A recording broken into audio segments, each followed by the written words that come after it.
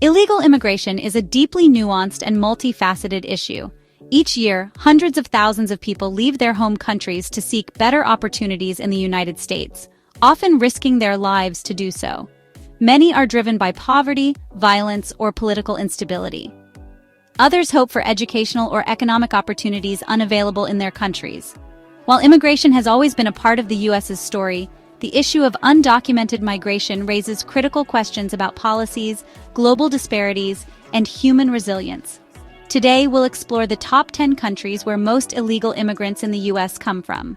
We'll discuss why people leave their countries, how they arrive, where they live, and what they do in the U.S. Please subscribe to our channel to help us continue creating content. Let's dive in. Brazil ranks 10th, with an estimated 120,000 undocumented immigrants currently living in the U.S., according to the Pew Research Center. In 2024, many Brazilians are pushed to migrate due to political instability, economic inequality, and surging violence in certain regions. The COVID-19 pandemic hit Brazil hard, plunging millions into deeper financial insecurity and prompting many to seek better lives abroad. The U.S., with its robust economy and vibrant Brazilian-American communities, became an attractive destination.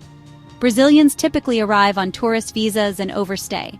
Others make a long, arduous trek through South and Central America, often traveling by foot or bus, to reach the southern U.S. border.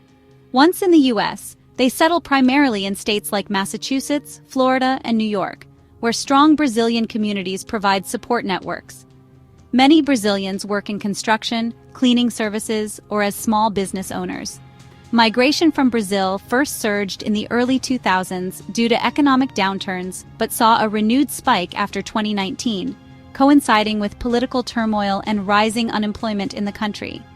These migrants often face language barriers and uncertainty about their legal status in the U.S., however, it is still better than the challenging life they have in Brazil.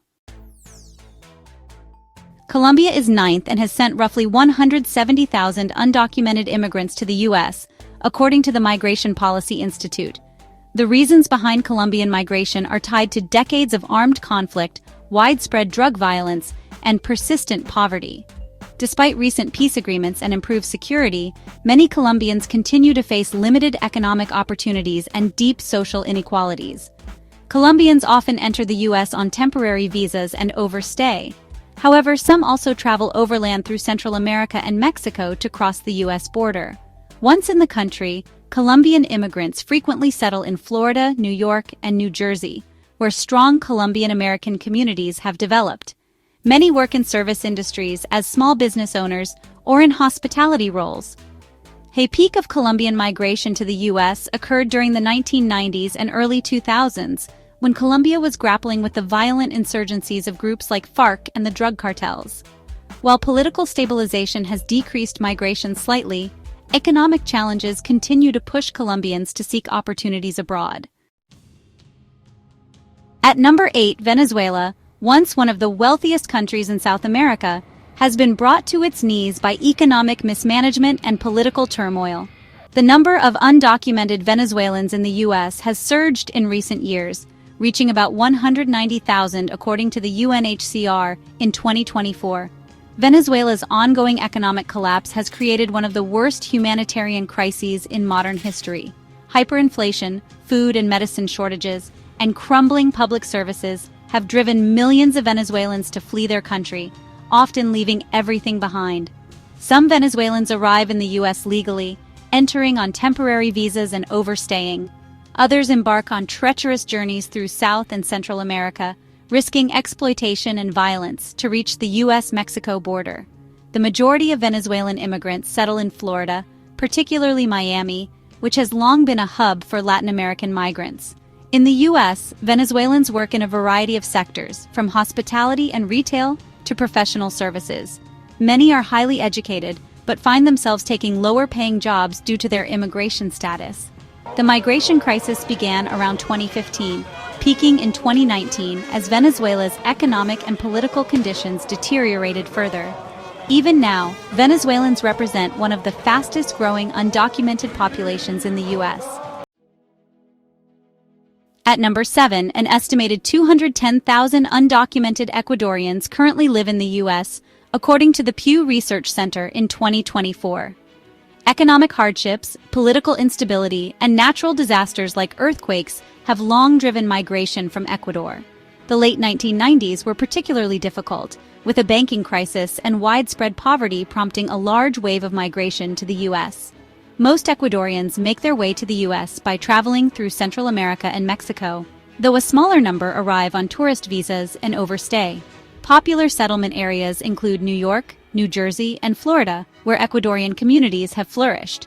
Once in the U.S., Ecuadorians often work in agriculture, construction, and other manual labor industries. Ecuadorian migration spiked in the late 1990s and early 2000s during the banking collapse, which left millions in poverty. While economic reforms have stabilized Ecuador somewhat, many continue to leave due to limited job opportunities and persistent inequality. For number 6, we travel south to Guatemala, a country grappling with the legacy of civil war and persistent gang violence. Guatemala is home to approximately 750,000 undocumented immigrants in the U.S., making it one of the top contributors to the country's undocumented population, according to the Migration Policy Institute in 2024. Widespread poverty, corruption, and gang violence are the primary drivers of migration. Many indigenous Guatemalans face additional challenges, including systemic discrimination and lack of access to education or healthcare. Most Guatemalans cross the U.S.-Mexico border, enduring dangerous journeys through Mexico, often at the mercy of human smugglers. Once in the U.S., they settle predominantly in California, Texas, and Florida, where they find work in agriculture, construction, and food services. Guatemalan migration peaked in the late 2010s, fueled by a combination of escalating gang violence and economic stagnation. The situation remains dire for many, with families making the difficult decision to migrate despite the risks involved. El Salvador, our next country on the list, is another nation grappling with a legacy of gang violence and economic hardship. Around 800,000 undocumented Salvadorans currently reside in the U.S., according to the Human Rights Watch in 2023.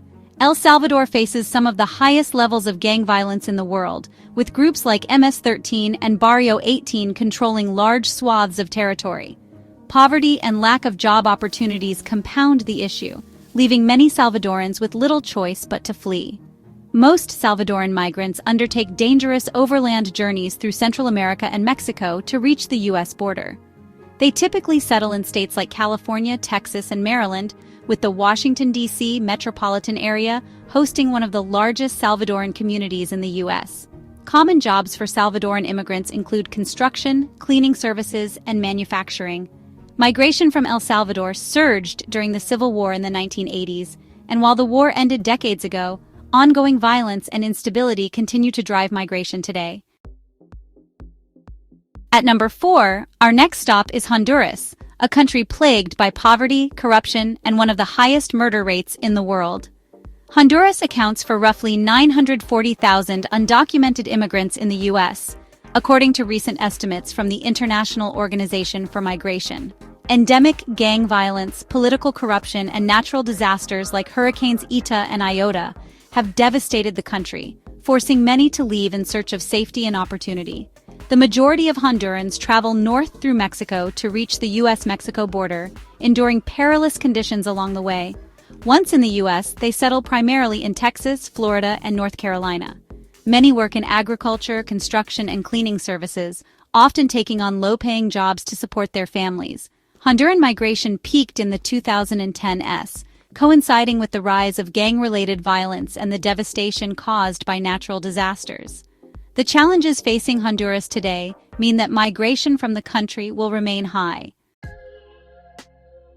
At number 3, shifting our focus across the globe, we arrive at China, a country experiencing rapid economic growth, but also one with limitations on personal freedoms and economic mobility.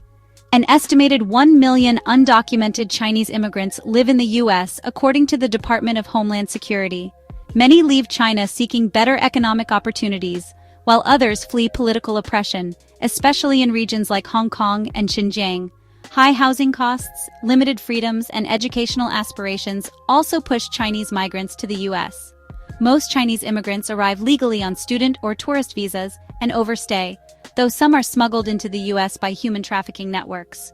Once in the country, they often settle in California, New York, and Texas, where established Chinese American communities provide a sense of belonging.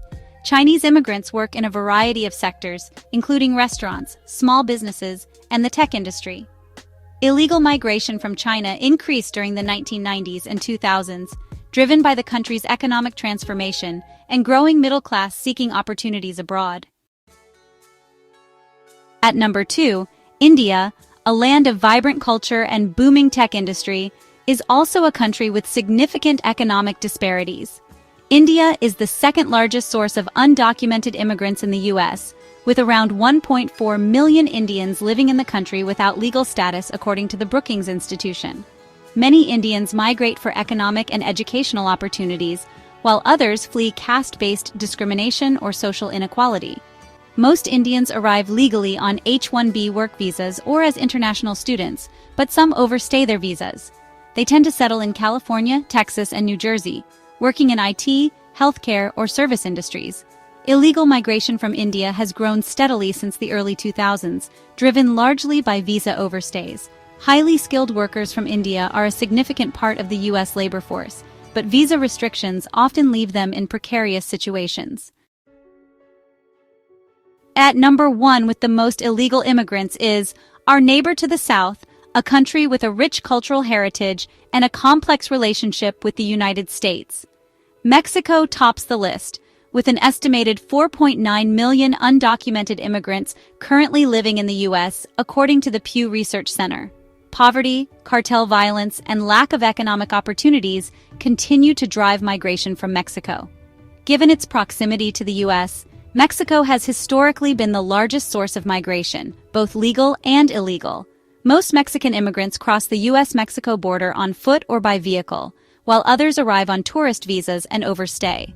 They are dispersed across the U.S. with large communities in California, Texas, Illinois, and Arizona. Mexican immigrants work primarily in agriculture, construction, hospitality, and manufacturing, contributing significantly to the U.S. economy.